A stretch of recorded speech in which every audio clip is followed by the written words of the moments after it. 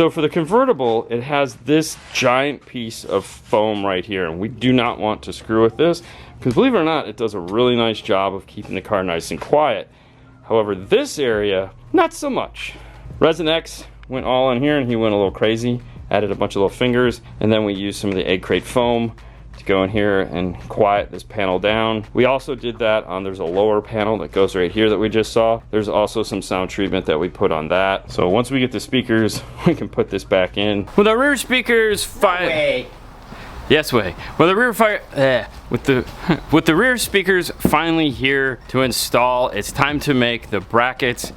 Well, we've already made them. It's time to tell you how we're going to make the brackets. So this is a 1-inch piece of PVC. We were able to make the whole thing out of that. And this is the diagram of what it is we made. The colors denote different layers inside of this, meaning how deep we wanted the cut to be and where we wanted that. And it spit this out. Rear speaker is different than the front speaker. It's much shallower. It has a neo magnet on it. This height is different. And what we wanted it to do is match up the same way this one does. And you can see this line right here, and that is where the panel comes into this.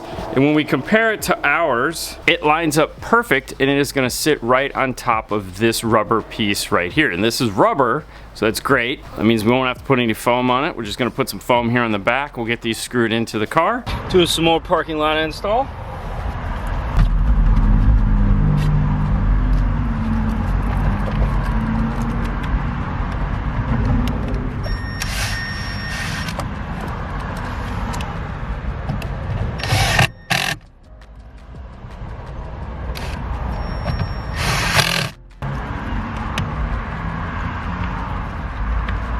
At least with the white ring, it makes it easy to see in the video.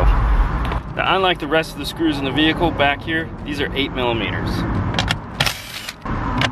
And the wire for the speaker, super tight. It's kind of strange. I still have to put these panels back on, but that's okay.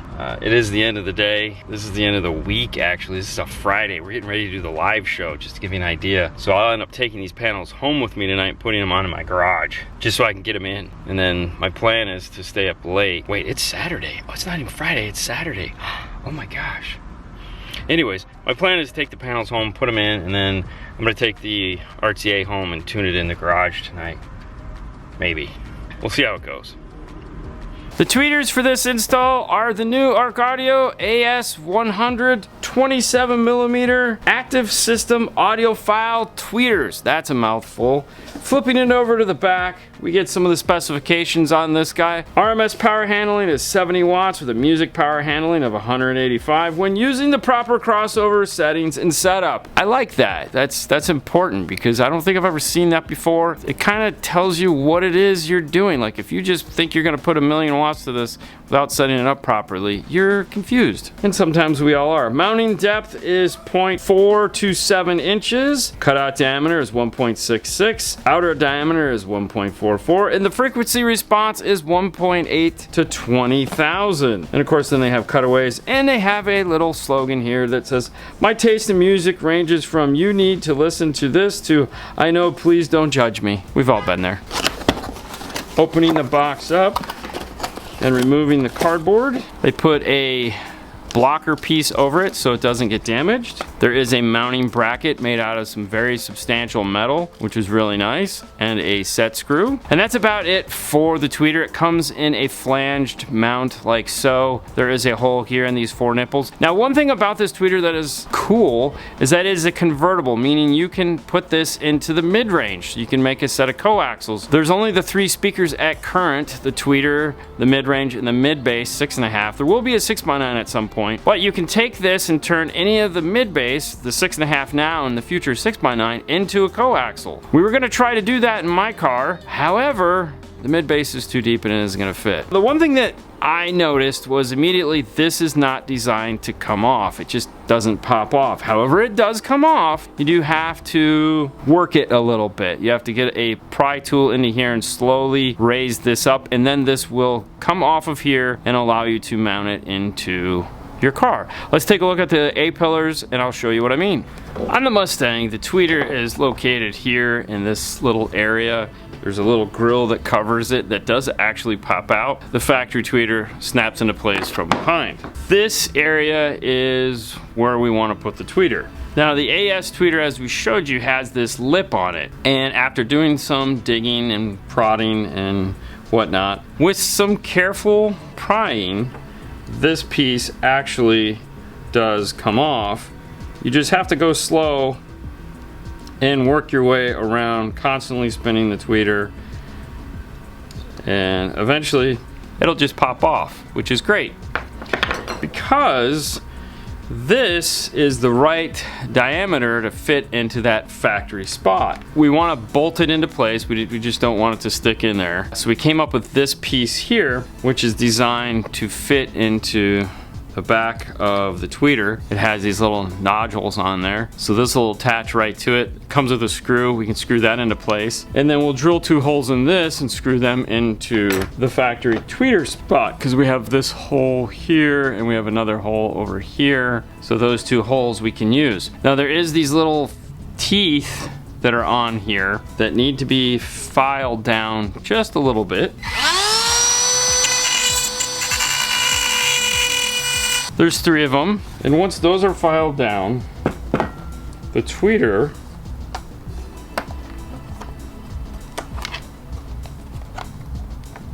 will snap into place and actually come up flush into the location. And that's where this piece is going to come into play.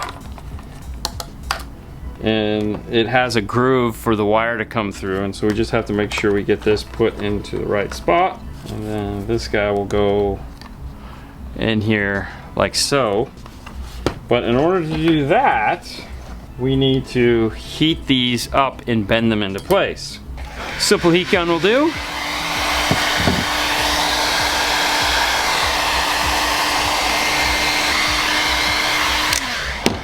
And the reason we chose clear is so that we can see where we need to drill our holes.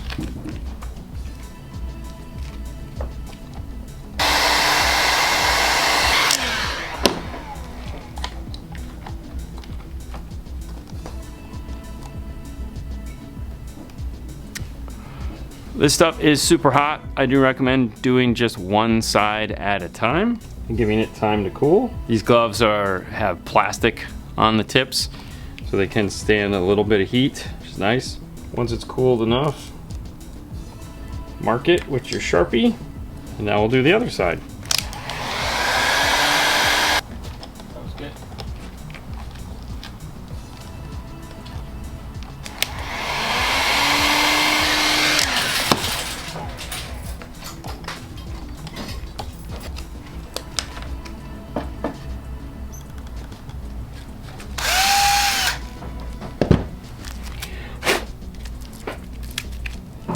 Once it's cool to the touch, or cool enough to the touch, drill some holes.